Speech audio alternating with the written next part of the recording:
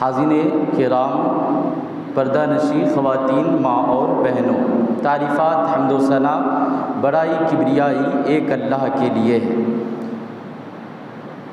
جو رب اس زمین کا خالق و مالک ہے، رازق ہے، مدبر ہے، متصرف کائنات ہے۔ بعد درود و سلام کا نزول ہو تمام انبیاء کرام پر، بالخصوص ہمارے آخری نبی جناب محمد الرسول اللہ صلی اللہ تعالی علیہ وآلہ وسلم پر۔ خطبہ سے متعلق میں نے ایک آیت پارہ نمبر 12 سے پہلی آیت تلاوت کی ہے۔ آیت کا سیدھا ترجمہ ہے، زمین پر چلنے پھرنے والی ہر شے کا رزق اللہ کے ذمے ہے۔ یعلم مستقرہا، اللہ عز و جل کی ذات ان تمام چیزوں کے ٹھکانے کو جانتا ہے جہاں وہ رہ رہے ہیں، اور اللہ کی ذات ہی اس کے واپسی ہونے کے مقام کو بھی جانتا ہے جہاں وہ کل مرنے کے بعد واپس ہوں گے، اور یہ ہر بات اللہ تعالیٰ نے واضح روشن کتاب میں لکھ رکھی ہے یا لکھی ہوئی ہے۔ آیت کے اندر پہلی بات ہے دابہ فی الارض، جس کا سیدھا مطلب یہ ہے زمین پر چلنے پھرنے والی ہر شے کا رزق اللہ کے ذمے ہے۔ ثابت ہوتا ہے کہ رزق رب سے ہے، ربا سے نہیں ہے۔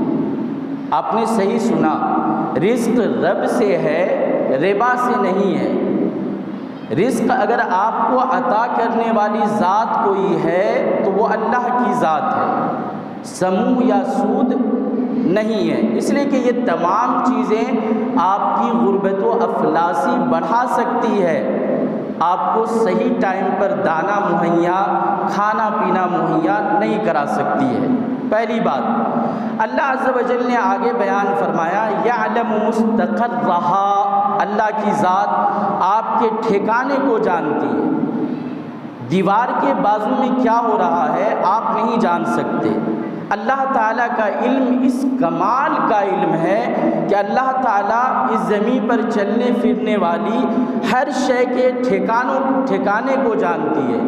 یہ علم اور یہ جانکاری کمال علم کی دلیل ہے کہ اللہ کا علم اتنا کمال کا علم ہے کہ اللہ کی ذات ہر ایک کے ٹھکانے کو جانتی بھی ہے، اور پھر ٹھکانے کو جاننے کے بعد اسے رزق بھی پہنچانے والی ذات رب کی ذات ہے۔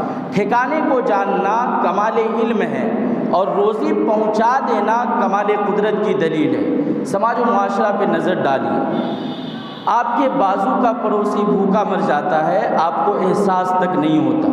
ماں بہن کی عزت اس لیے لٹ رہی ہے کہ آپ نے کبھی ان سے پوچھا نہیں کہ بہن میری آپ کی کیا حالت ہے۔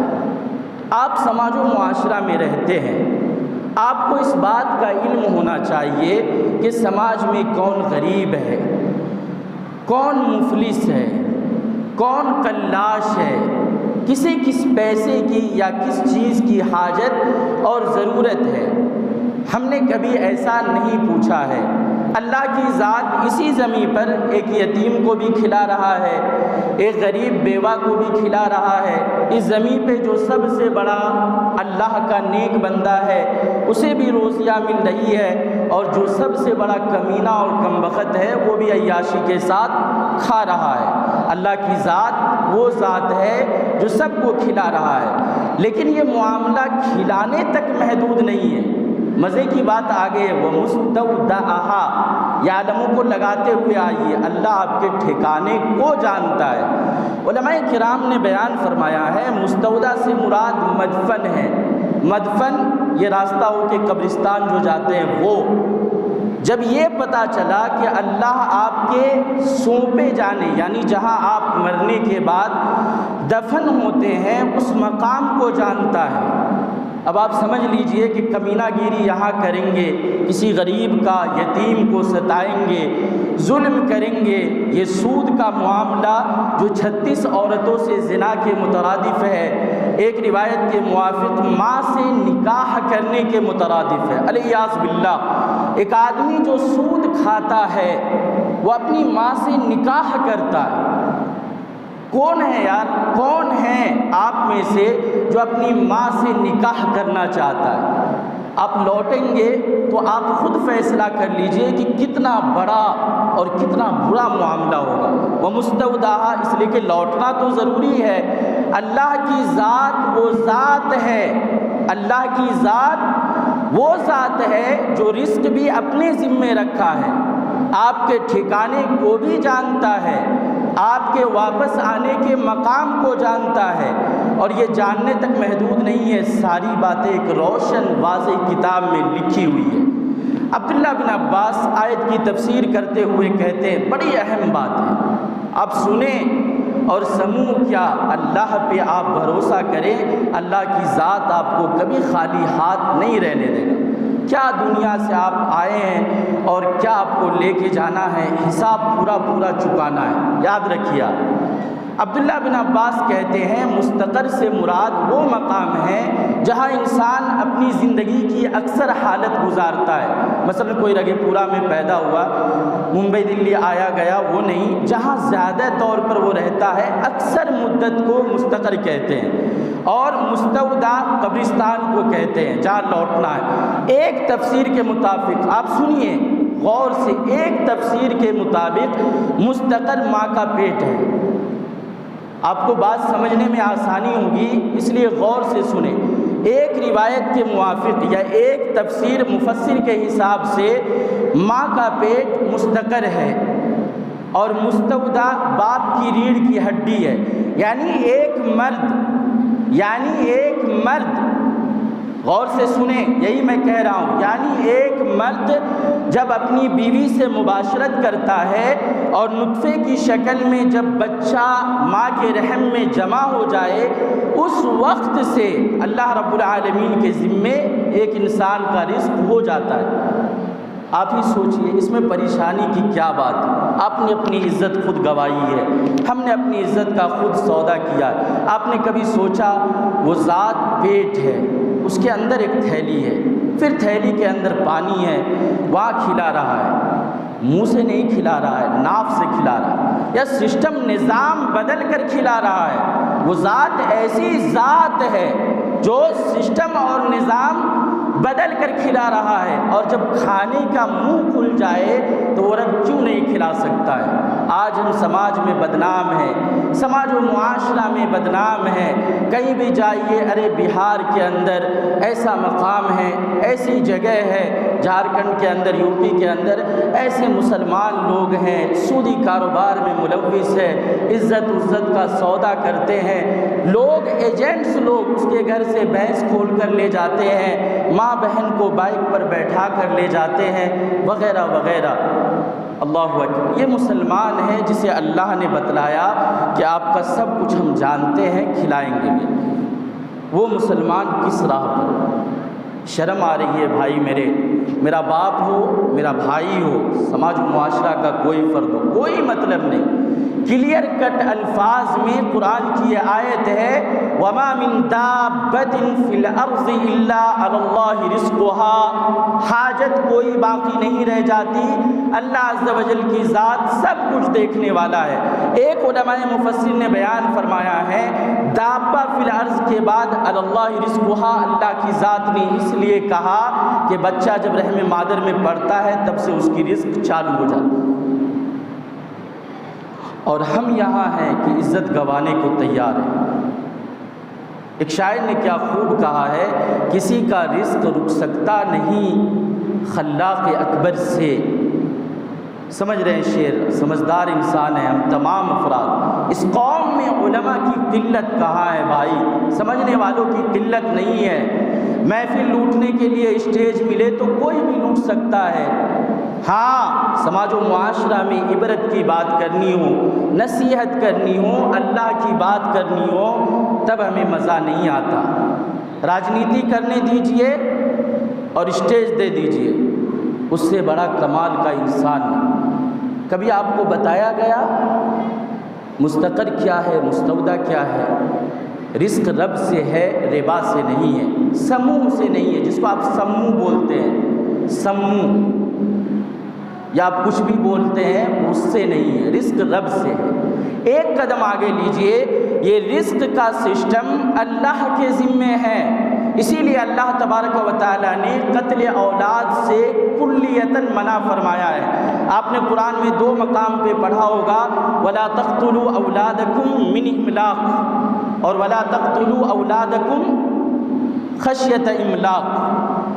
من املاق سے مراد حالیہ فقر و فاقہ ہے، یہ میں غریب ہوں، کنڈوم یوز کروں، دوا یوز کروں، آپریشن کرا لوں اور بیوی بچہ میں بچے نہیں لوں، یہ حالیہ من املاق، حالیہ فقر و فاقہ ہے۔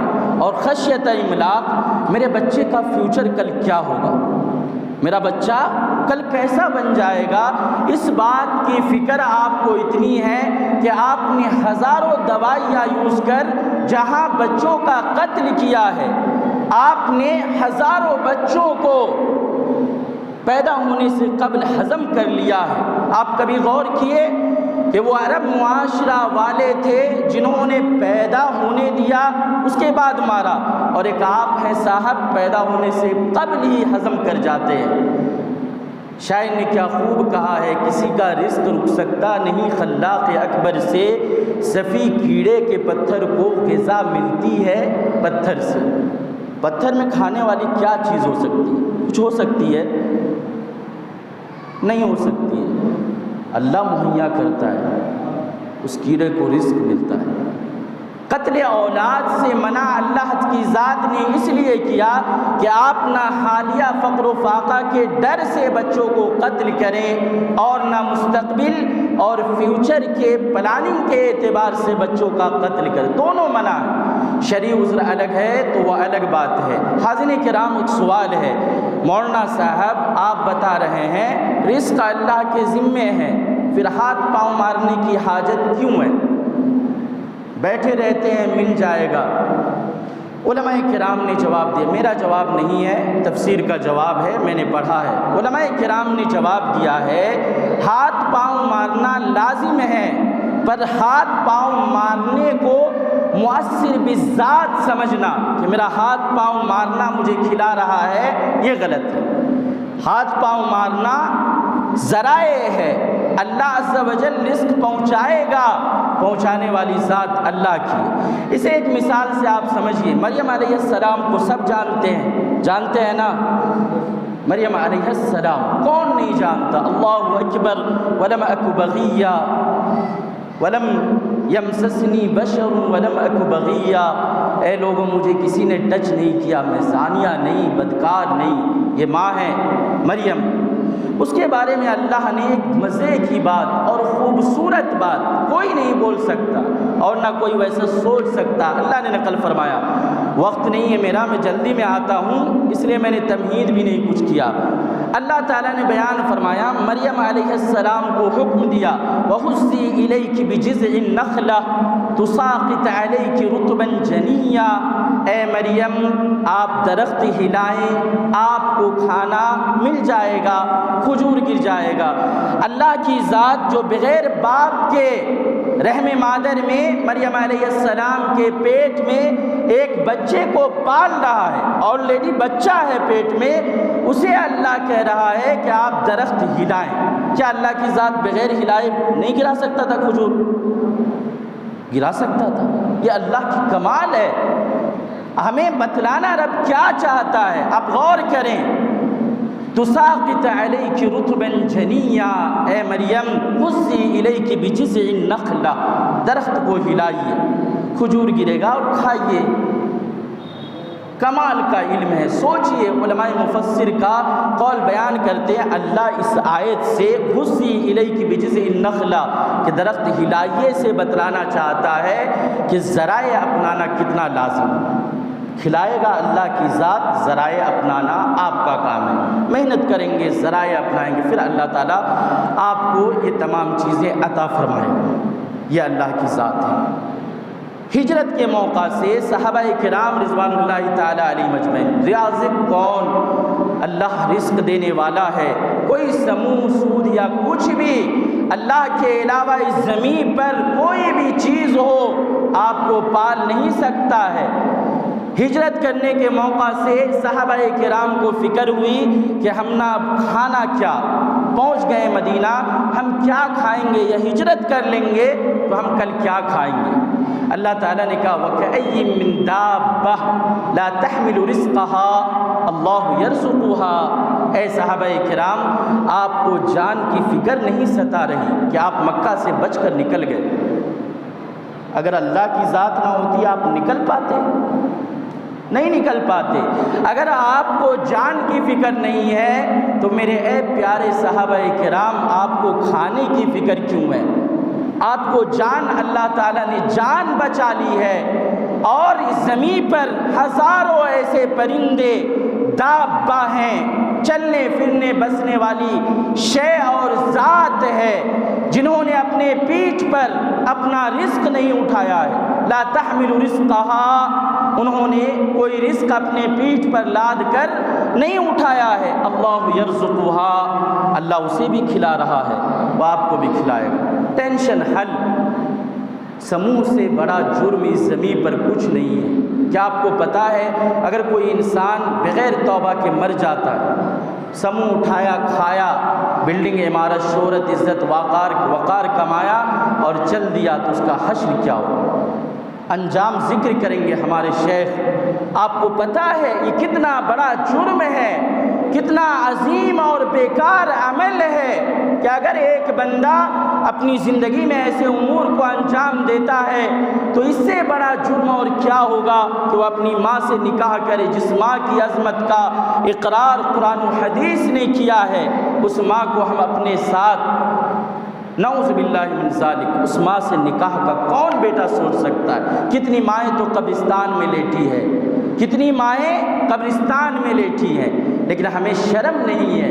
وَكَأَيٍّ مِّن دَابَّةٍ، کتنے چوپائے ہیں، لا تحمل رزقها اللہ یرزقها، اللہ انہیں کھلاتا ہے۔ حاضرین کرام، ایک سوال ہے، آپ ہمیں یہ بتلاؤ کہ رزق حاصل کیسے کر سکتے ہیں؟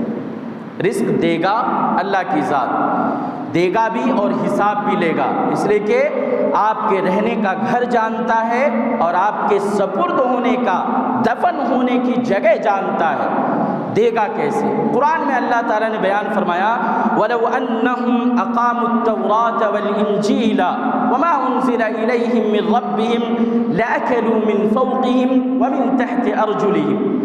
اس آیت کا ترجمہ جانے دیجئے، سیدھا مطلب ہے کہ انہوں نے تورات انجیل پر عمل کیا، خوب کھائے، انہیں تورات انجیل پر عمل پر اللہ نے کھلایا، اور آپ ہیں جو سموہ سے کھا رہے ہیں۔ بھائی جو 30,000 اٹھا لیتا اس سے بڑا ہیرو اپنے زمانے کا کوئی نہیں ہے، ایسا ہے 30,000 اٹھا لیا، اس سے بڑا ہیرو سماج معاشرہ کا کوئی نہیں ہے۔ اللہ اکبر، الیاس باللہ، جس نے 30,000 اٹھا لیا سموہ یا سموہ والا، اس سے بڑا ہیرو کوئی نہیں۔ شرم سے ڈوب کے مر جانا چاہیے، شرم سے ڈوب کے مر جانا چاہیے۔ میرے بھائی، آپ قرآن پر عمل کریں، آپ حدیث پر عمل کریں، اللہ کا بن کر رہے، اللہ کھلائے گا۔ ترمذی کی ایک روایت ہے، اللہ کے نبی سے ایک صحابی پوچھتے ہیں، اے اللہ کے نبی، میں اونٹ باندھوں یا ایسے ہی چھوڑ دوں اور اللہ پر بھروسہ کر لوں کہ وہ کھلائے گا؟ اللہ کے نبی نے کہا، ترمذی کی روایت ہے، اعقلھا وتوکل، اسے باندھیے پھر بھروسہ کیجئے۔ رسی کھول دیں گے آپ کھونٹے سے تو بھاگ جائے گی۔ بھائی ذرائع اپنائیے پھر بھروسہ کیجئے۔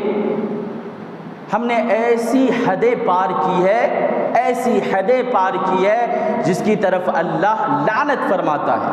ایسی قوم کو رزق کیسے میسر ہو سکتا ہے؟ گناہ اپنے دامن میں ہے اور پوٹلی دوسرے کے سر باندھ رہے ہیں۔ حاضرین کرام، میرا وقت مختصر، میں بتلاتا چلوں کہ اگر آپ نے اللہ کے بتلائے گئے راستوں پر عمل کیا، آپ بھی اس زمین پر آرام سے کھائیں گے۔ کیسے؟ اگلی آیت میں ایسے اللہ تعالی نے بیان فرمایا وَأْمُرْ أَهْلَكَ بِالصَّلَاةِ وَاصْطَبِرْ عَلَيْهَا لَا نَسْأَلُكَ رِزْقًا نَحْنُ نَرْزُقُكَ وَالْعَاقِبَةُ لِلتَّقْوَىٰ۔ اے لوگو، اپنے بال بچوں کو کہو، اہل و عیال کو کہو نماز پڑھے۔ آج طالب اور غیر طالب سب کے سب فجر کی نماز میں غائب رہتے ہیں۔ وہ عالم بننے والے بچے ہیں، علماء ہیں، صلحاء ہیں، باہر میں امامت ایسے چنگھاڑتے شیر اور ہاتھی ہیں، اللہ اکبر، اتنے لمبے لمبے خطاب ہے۔ اللہ آپ دیکھ لیں کتنی بڑی بڑی کتابوں کے مصنف مؤخر کہیں بیٹھ جائے تو جھڑی لگا دے الفاظ و زبان کی، ایسا ایسا ایسا ایسا جھڑی لگا دے، ایسا آدمی فجر کی نماز نہیں پڑھتا۔ ایسے قوم کو اللہ تعالیٰ بربادی کے علاوہ کچھ نہیں دے سکتا۔ اللہم بارک لامتی فی بکورہما، اے اللہ انہیں برکت دینا، میری امت کو برکت دینا کہ صبح سویرے جاگے گی۔ اللہ نے کہا وَأْمُرْ أَهْلَكَ بِالصَّلَاةِ، اے لوگو اپنے بچوں کو نماز کا حکم دو۔ سیدھے الفاظ میں بول رہا ہوں، مجھے اونچے الفاظ آتے نہیں، وہ والے آسموں کے بڑے بڑے الفاظ اور فلسفیانہ کلمات آتا نہیں مجھے، وہ دوسرے علماء ہیں، پوچھ لیں گے۔ اپنے بال بچوں کو نماز پڑھواؤ، گاؤں محلے اہل و عیال کو کہو وَاصْطَبِرْ عَلَيْهَا، اور اس پر جمے رہیے۔ اللہ کہہ رہا ہے، سوچئے کتنی بڑی بات ہے۔ اگلی بات، لَا نَسْأَلُكَ رِزْقًا، ہم آپ سے رزق نہیں مانگتے، نحن نرزقک، ہم تو تمہیں رزق دیتے ہیں۔ چھوٹی بات نہیں ہے صاحب، غور کیجئے آپ، ایسے آپ کو پتہ چلے گا۔ رزق کی چکر میں یا رزق کے چکر میں روزی روٹی پالے، اس چکر میں انسان نمازیں چھوڑتا ہے، اسی چکر میں نا کہ بھائی 2 منٹ زیادہ دکان کھول لے، ایک گراہک آ جائے گا، 2 رکعت کے بعد پہنچ جائیں گے، بات ختم۔ مولانا صاحب ہیں، گھر میں باہر سے کما کھٹا کے آئے ہیں، 5 وقت کی نمازیں پڑھ پڑھ کے سر دک گیا ہے، سر دک گیا ہے، تھوڑا سا آرام کر لیں، سلام پھیرنے والے ہوں گے تو مل لیں گے۔ ایسی حالت، آپ نماز پڑھے، رزق ہم دیں گے، ہم آپ سے رزق مانگتے نہیں۔ یہ بتلاتا ہے کہ اللہ کی ذات آپ کو عطا کرے گی، شرط ہے ایسا ایسا آپ کریں، آپ اپنے بچوں کو نمازی بنا لیں۔ ایسے ہزاروں باتیں ہیں، سب کی طرف جایا نہیں جا سکتا، وقت مختصر ہے۔ حاصل کلام یہ ہے کہ رزق حاصل کرنے کے شرعی طریقے قرآن و حدیث پر عمل ہے اور بچوں کو نمازی بنانا ہے۔ رزق میں اللہ آپ کو رزق نہیں دے گا، کیسے؟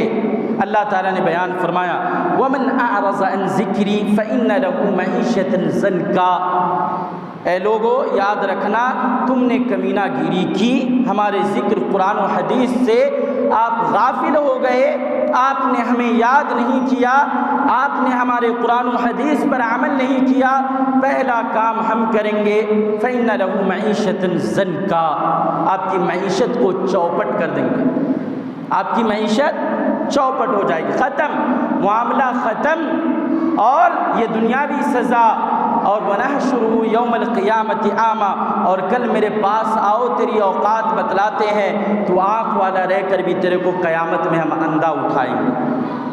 کون ہے جو اللہ کے دیدار سے محروم رہنا چاہے گا؟ کون ہے یار؟ کوئی بھی رہنا نہیں چاہے گا۔ تو پہلی بات یہ ہے کہ اگر آپ نے اللہ کے ذکر سے اعراض کیا، آپ مارے جائیں گے، معیشت بھی چوپٹ، اللہ کے یہاں جائیں گے تو بہت زیادہ آپ کو اللہ تعالیٰ مار پیٹ سارے معاملات کرے گا۔ اللہ تعالیٰ نے آگے ایک بات اور بیان فرمائی اللہ یبسط الرزق لمن یشاء ویقدر، اللہ جس کو کشادگی دیتا ہے رزق کے طور پر، جس کے لیے چاہتا ہے دیتا ہے، اور جسے چاہتا ہے تنگ کر دیتا ہے۔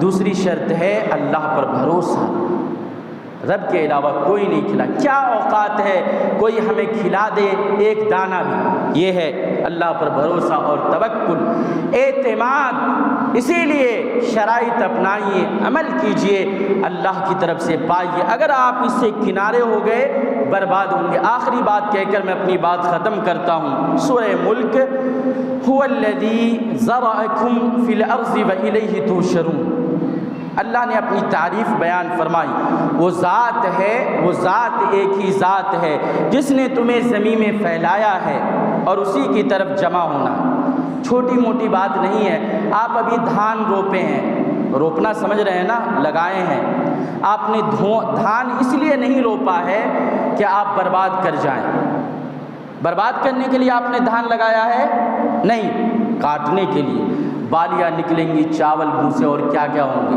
کاٹنے کے لیے آپ نے لگایا۔ ایک کسان جب کھیت میں بیج بوتا ہے، غور سے سنیں تو کاٹنے کے لیے بوتا ہے، بونے کے لیے نہیں بوتا، کاٹنے کے لیے بوتا ہے۔ زرع کو بعض علماء نے بذر سے تعریف کیا ہے، بیج ہے، آپ بیج اس زمین پر لگائے گئے ہیں، ایک دن کاٹے جائیں گے۔ یہی بتلاتا ہے وَإِلَيْهِ تُحْشَرُونَ، کل اللہ کے پاس جمع ہو کر حساب دینا۔ کتنا مشکل امر ہے اس زمانے کا، آپ دیکھ لیں 24 آورز، 24 گھنٹے دن رات ملا کر 5 بار ہم اللہ کو یاد نہیں کر سکتے۔ ہمارا خیال ہوتا ہے اللہ ہمیں ہمیشہ یاد کرے، ایسے لوگوں کو اللہ یاد نہیں کرتا۔ تقریر کا خلاصہ یہ ہے، رازق اللہ کی ذات ہے، اللہ کی ذات آپ کے ٹھکانے کو جانتا ہے، قبرستان کو بھی جانتا ہے۔ آپ کو توکل اور بھروسہ رب پر رکھنا چاہیے۔ اسی طور پر اللہ کی ذات آپ کو جو ذرائع دیے ہیں اسے اپنانا چاہیے۔ آپ اللہ کے دین پر عمل کریں، روزی پائیں، نماز پڑھیں، رزق پائیں۔ سموہ سے آپ امیر نہیں بن سکتے، اس کے علاوہ اللہ رزق میں کشادگی کرتا ہے، وہی تنگی بھی کرتا ہے، اسی سے اللہ اس کے ذات سے مانگے۔ آخری بات، قرآن حدیث سے اعراض آپ کی معیشت اور آپ کی قیامت کے اہم معاملے، قیامت کے دن کے معاملے کو بھی ختم کر سکتا ہے، اور آپ اس زمین پر بیج کی طرح اللہ کی جانب سے بوئے گئے ہیں، ایک دن اکھاڑے اور نکالے قبرستان سے ضرور جائیں گے۔ اللہ تعالی ہمیں سموہ کی بلا سے بچائے، اس عیب اور برائی سے اللہ ہماری ماں بہنوں کو محفوظ رکھے، ہم سماج و معاشرہ کی آنکھ میں حمیت اور غیرت دے کہ وہ بھی اس میں ساتھ مل کر کام اور امر کو انجام دے۔ آمین۔ تقبل یا رب العالمین۔ السلام علیکم ورحمۃ اللہ۔